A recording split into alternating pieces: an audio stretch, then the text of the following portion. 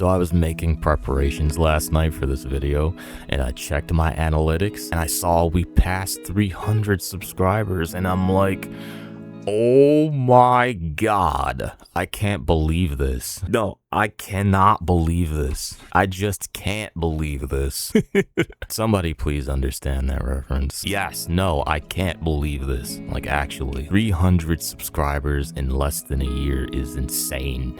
I've never grown this fast before doing literally anything, and I have everybody here to thank, for real. Thank you all for, even watching my stuff. It's incredible how many of you have watched me and interacted with the videos. It's pretty cool, man. Like, thank you guys. Like, even the passersby, I appreciate you guys for watching, but especially for those who have liked and commented, and definitely for those who have subscribed. I don't like asking people to do any of that stuff.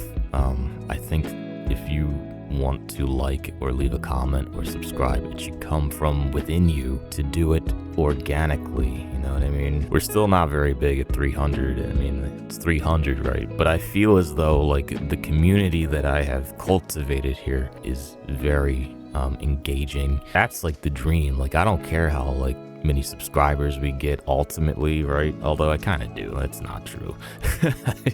I kind of care. I mean, we all, as YouTubers, we all care, right?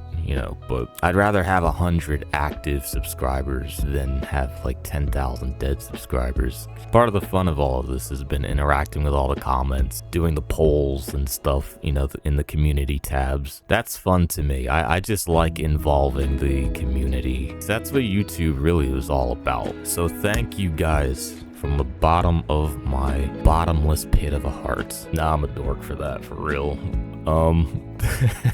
So, stepping into the sim now. This is gonna be our ride, going back to Kai-Tak for 300 subscribers. It's the PSS 777 that is also compatible with my Flight Simulator 2000, and I got a request to fly this a long time ago, and I just never really found the flight to do it in until today. I've been hard at work bringing the absolute most out of this Flight Simulator. Flight Simulator 2002 has been a challenge to, I don't know, it hasn't been a challenge to mod, but you gotta dig just a little bit deeper to get the things that I was looking for in regards to, mods and things for this sim. I finally found some replacement taxiway, apron, and runway textures, and they look so much better than the default stuff. That default apron, I'll see if I can put a clip up for you guys, but that default apron and taxiway textures, they were just ill. I couldn't stand them. I made it a mission to replace them, even if I had to make them myself. Don't know how to do that, but I would have figured it out because I hated them that much, and here they are. The replacement textures for, the taxiways, and you'll see the runway when we line up and everything. But yeah, it looks so much better. The clouds have been redone for a couple of episodes now, and we have scattered conditions today flying out of Bangkok, so I'll be sure to show you guys some of the clouds. Weird thing about clouds in this sim is that some of them are like two-dimensional. They're like flat. Yeah, I don't know why that happens. One more thing before we start setting up. Where we're going, Kai-Tak, we've been to before on the channel in Flight Simulator 2000. But now it's 2002, and you know how we do it here. We go absolutely hard in the paint. So I picked up the Lightsoft Ultimate Hong Kong simulation. There you go. There's the disc, so it won't be as reflective. But yes, that is Ultimate Hong Kong by Flightsoft, and it obviously looks a ton better than default scenery that comes with the sim, and it is also compatible with Flight Simulator 2000. But if I'm being honest with you, I think I like the 2000 Kai-Tak scenery a little bit better, and I'll show you guys that whole thing, of course, when we do our third person replay and all that, like we usually do. The route today, I'll see if I can draw it up for you guys on Sky Vector, but it is going to be a little different than what I have here in my notes, because I actually drew it up in the Flight Simulator 2002 flight planner. Gonna be, I think, just about under 1,000 nautical miles. And I don't know, I'm anticipating maybe about, I don't know, a couple hours. It's not gonna be as long to get to Kai Tak from Bangkok, Thailand than it is from Tokyo, Japan. It's still gonna take a little bit of time.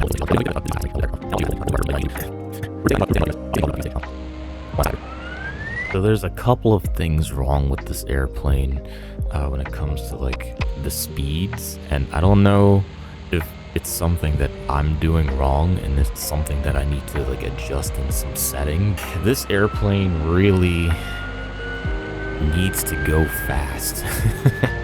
So it's gonna, and then maybe the 777 just flies like that, but somehow I don't think that's true. Adjusting the fuel seemed to help a little bit, but not that much. Kai Tak is already a very interesting approach and landing experience. Trying to figure out this airplane and the way it flies, like it's gonna be that much more of an experience. This might not be the prettiest landing in the world, but we're gonna give it a shot.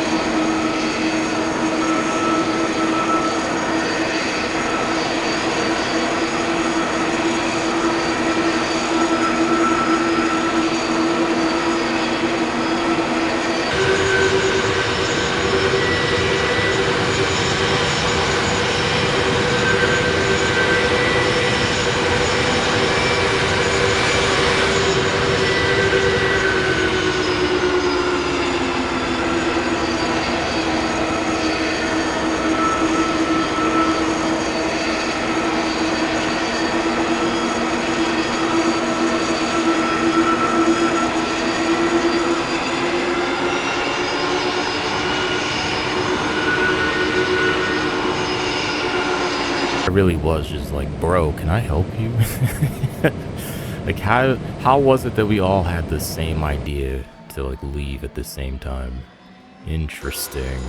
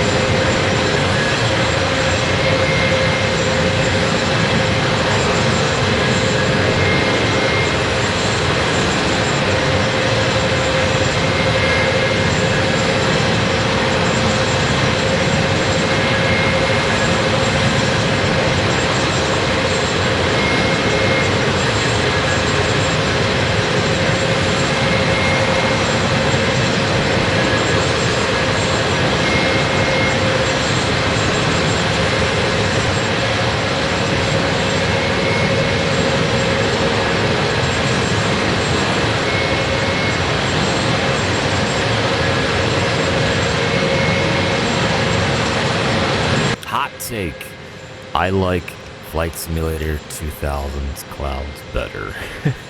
Granted, with FS clouds, right?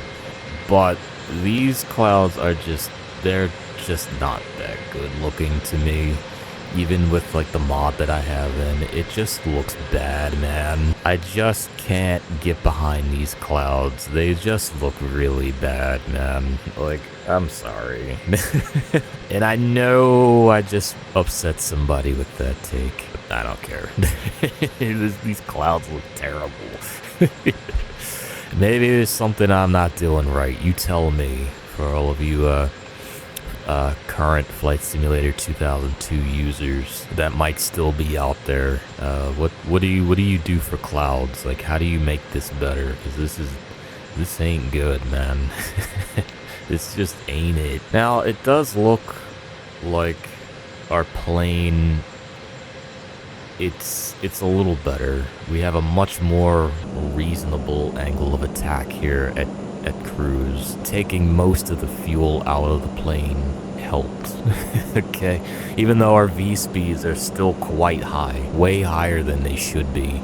The manual, I think, set is like somewhere from like 140 to 142. We rotated at 160. Like, I was very, very generous with the amount of speed that I thought we needed, and it still took us to like 170, maybe 175 to rotate and lift up. So I don't know what that's about. If anybody knows anything about the Phoenix Sky Simulation 777 in Flight Simulator 2002 and the one in 2004, the one in 2004 does this too. Like, I don't understand like why, you know, I have to be at almost 200 knots and, you know, without sinking like a rock. And I'll look up videos of other people using these planes, and they don't have this issue. So I think it's something that I'm doing very wrong. Yeah, so let me know, because I'm very excited to use this model for 2004. It's not this model. Flight Simulator 2004 has its own 777 model, and it's very, very nice. It has a virtual cockpit, and it might even have a cabin, I don't know, but it definitely has a VC. The 777 is my favorite long-range plane, so I would love to get it working like it should, and so I could fly at the correct speeds. This is a much more reasonable angle of attack here, whereas yesterday and, you know, days past, I would be at like a 5-degree angle of attack. It was nuts. Like, what in the world? The more interesting thing is like, it doesn't do this in Flight Simulator 2000. Same thing with the 747. They both fly as they should, or as you would think they would in Flight Simulator 2000. It's not exactly the case in 2002. And I don't know why that is. I tried looking for like a configurator thing that these planes usually come with, and, you know, I don't think there is one. I didn't see one. I tried looking in the manual to see what was going on with that, and, you know, nothing there either. So yeah, once again, anybody who knows anything about this plane and has experience in it in 2002 or even the one in 2004, please let me know and leave a comment down below as to what I'm doing wrong and what I should change. Did they release a patch or anything that I need to install? Anything at all. Thank you. We're gonna take our bird up to Sykes, which is next. We still have quite a ways to go, and I'm gonna go make some noodles and eat, because I haven't done that yet. By the time I'm done with that, I'll come back and we'll get into our Q&A segment for our 300 subscriber flight special.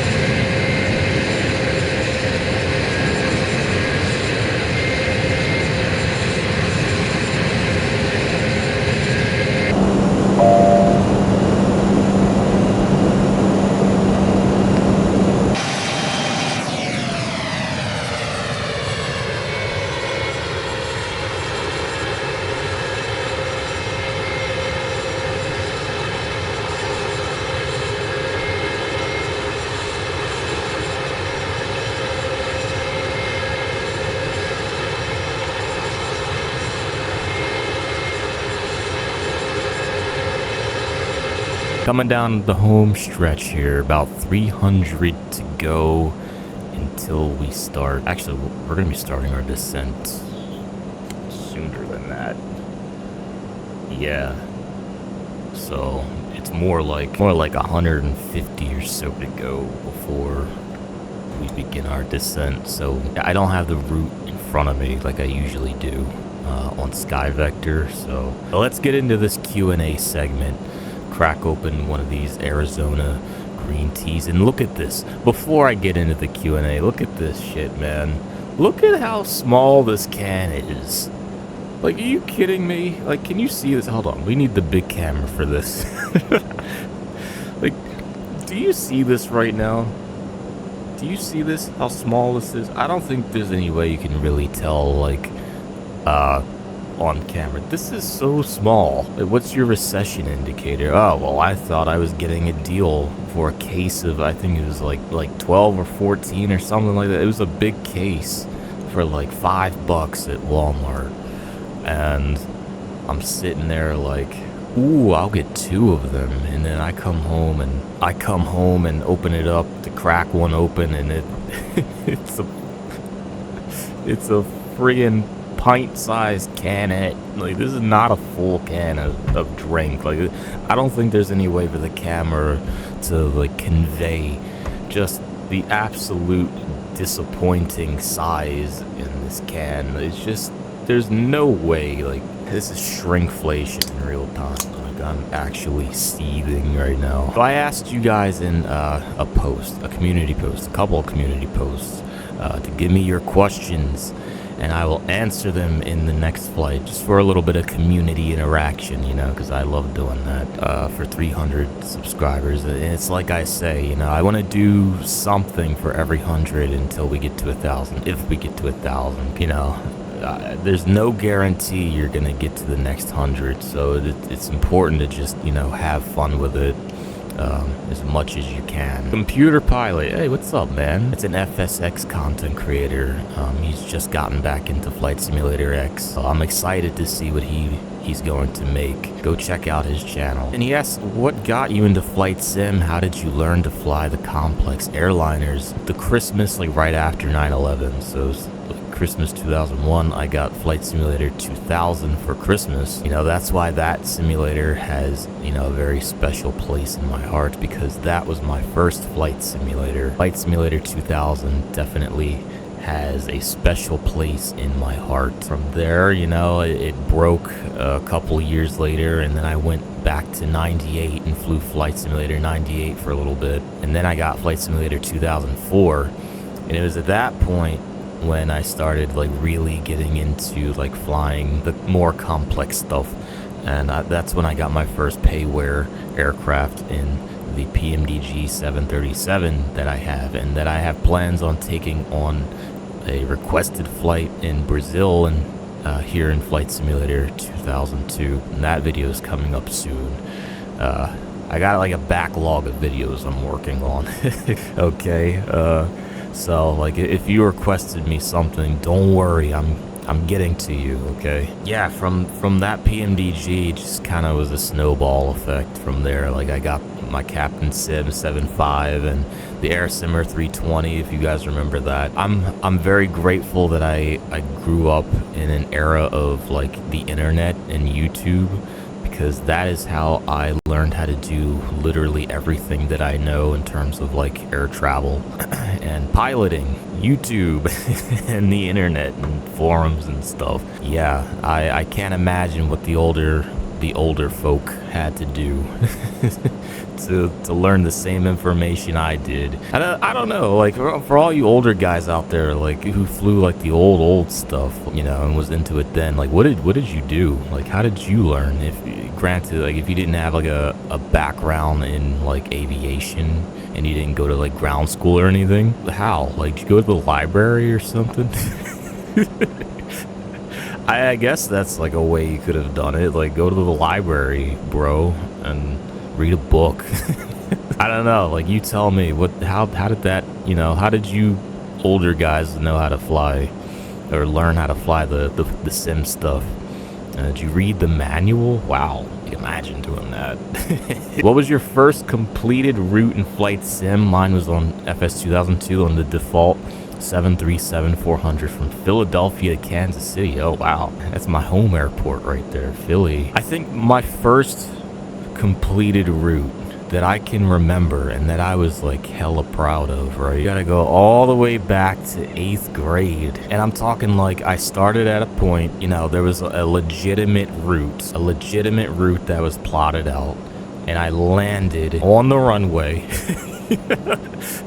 And where I set out to land, like on the runway and everything, on the correct runway.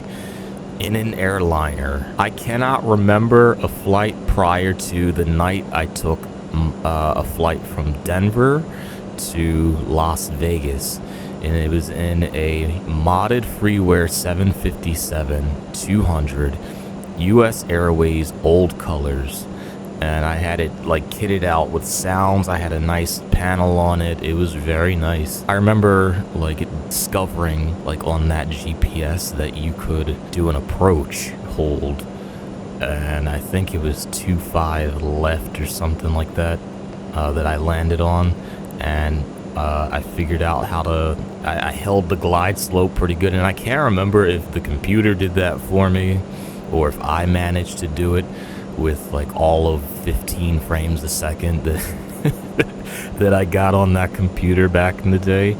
And this is before even like my first laptop that you saw in like my video. This was on a desktop that wasn't even in that video.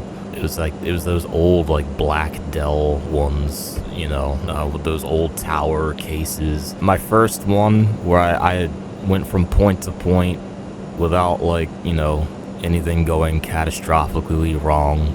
And yeah, I even used air traffic control, and let me tell you, when I landed, I felt like a real pilot, man. I felt so legit. I was like, ooh yeah, let's go baby. I felt so legit. Man, that's a core memory right there. Final Potato, what's your favorite plane to fly? That is a loaded question, friend. Probably the MD-80, because I just love that plane so much. But like, I don't know, like, it's my favorite regional jet right now that I really like. I love the Embraer 170s. Of course, I love a good turboprop. Like, I love the ATR 72-500 by Flight 1. I was a big Airbus guy back in the day. I remember the Boeing versus Airbus arguments and all that. So I would say probably the MD-80. Like I got to fly the Mad Dog model for Flight Simulator 2004. When I start doing those videos, you're probably going to be seeing a lot of that plane, but I got to get that computer done first. I would really like, as a subscriber, for you to do a video with a proper list of all the mods in each build you have. Absolutely love your channel. Thank you for everything you do. Yeah, okay. Yeah, it's an idea. It's a very, very long list if you include the freeware things that I have. How long have you been flight simming? Like how many years? Oh man. When was 2001? 4 years. Oh, Jesus Christ, man. Ew, I'm old. 24 years? G-Jet with the hi, how you doing? I'm alright, I guess.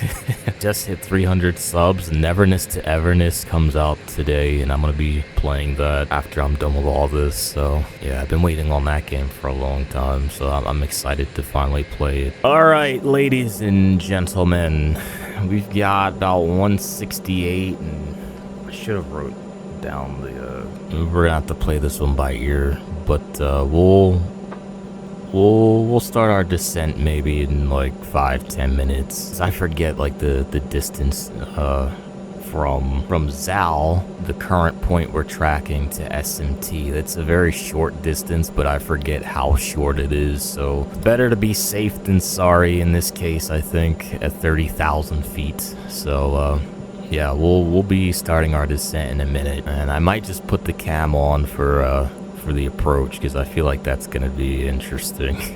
So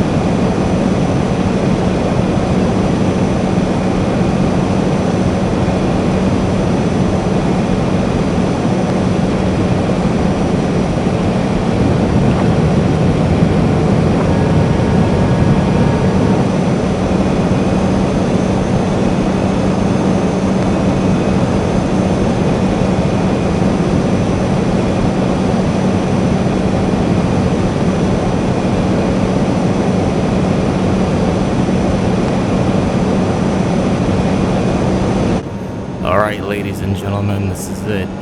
The moment of truth. Gear down, flaps full. I'm gonna make a guesstimate to hold maybe 180, and hopefully that won't sink us. Who knows what this thing Who knows? We'll see.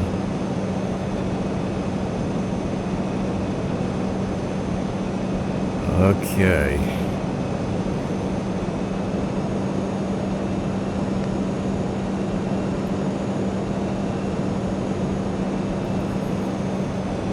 Easy does it. And I guess the ILS is more next to the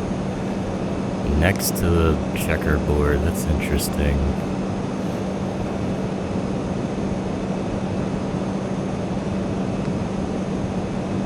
So we can slow down a little bit. We are going all fast. 1,000.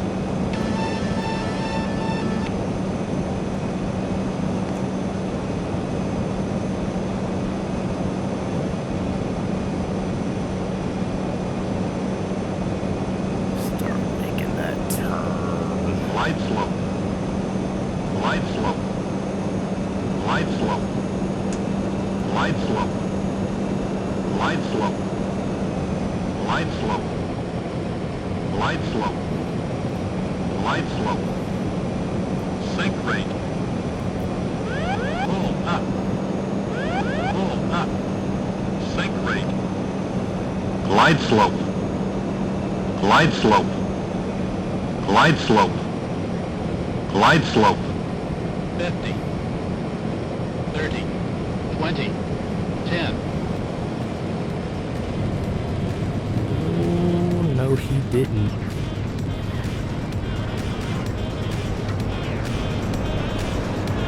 Hold it next to the center line.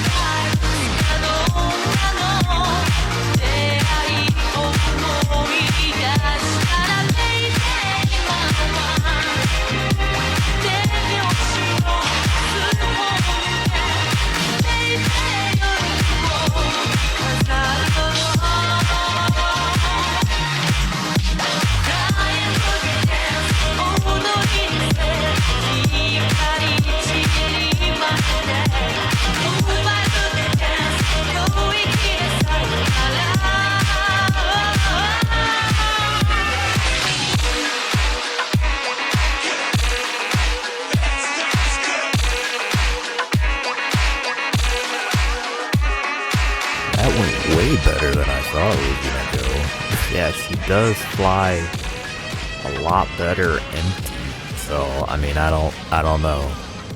I don't know why. It still shouldn't be like that. But I didn't have to gun it in there like I did last night either. So I don't know what's up with that. And yes, I touched on it a bit earlier, but just in case you forgot, or maybe I didn't.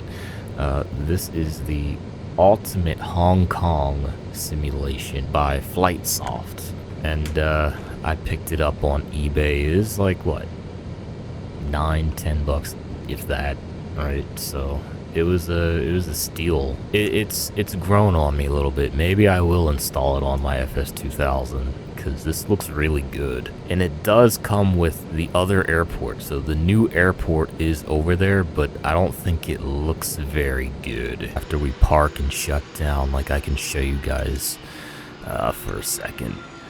what it looks like, and it's definitely something. This is the other airport. It's serviceable, I guess. It's better than the default for sure. I don't know. I saw a free one that looked better than this, so but I don't know if I could use that free one over this. So it even has like this little area over here. Got the Flight Simulator 2000 traffic going on down here. That's pretty cool. And this is where all the AI traffic is. Alright, so it's not at they aren't at KaiTak, unfortunately, but they are here. So, I mean, if you cared about that. Guys, I want to thank each and every one of you for 300 subscribers, and here's to many more, hopefully. Yeah, that's it. See you later.